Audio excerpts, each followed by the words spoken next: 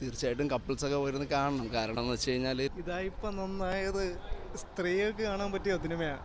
സ്ത്രീകൾക്കും സ്റ്റുഡൻസിനും കാണാൻ പറ്റിയ പടം, ലേഡിക്ക് കാണാൻ പറ്റിയ സിനിമ. കുടുംബ പ്രേക്ഷകർക്ക് ഏറ്റെടുത്ത് കഴിഞ്ഞു. നമ്മളെ ഈ നാട്ടിൽ നടക്കണ സംഭവമാണ്. മലയാളത്തിൽ നിന്നല്ല ഞാനിങ്ങനെ ഒരു സിനിമ കണ്ടിട്ടില്ല. ഒരു ഫാമിലി നടക്കുന്ന, എല്ലാ ഫാമിലികളിലും നടന്നുകൊണ്ടിരിക്കാൻ സാധ്യതയുള്ള ഒരു വിഷയത്തെ വളരെ മനോഹരമായിട്ട് പറഞ്ഞിട്ടുണ്ട്. വിവേകാനന്ദൻ വൈറലാനെന്ന സിനിമ ചർച്ചയാകാൻ പോകുന്നതെന്നാണ് എനിക്ക് തോന്നുന്നത്.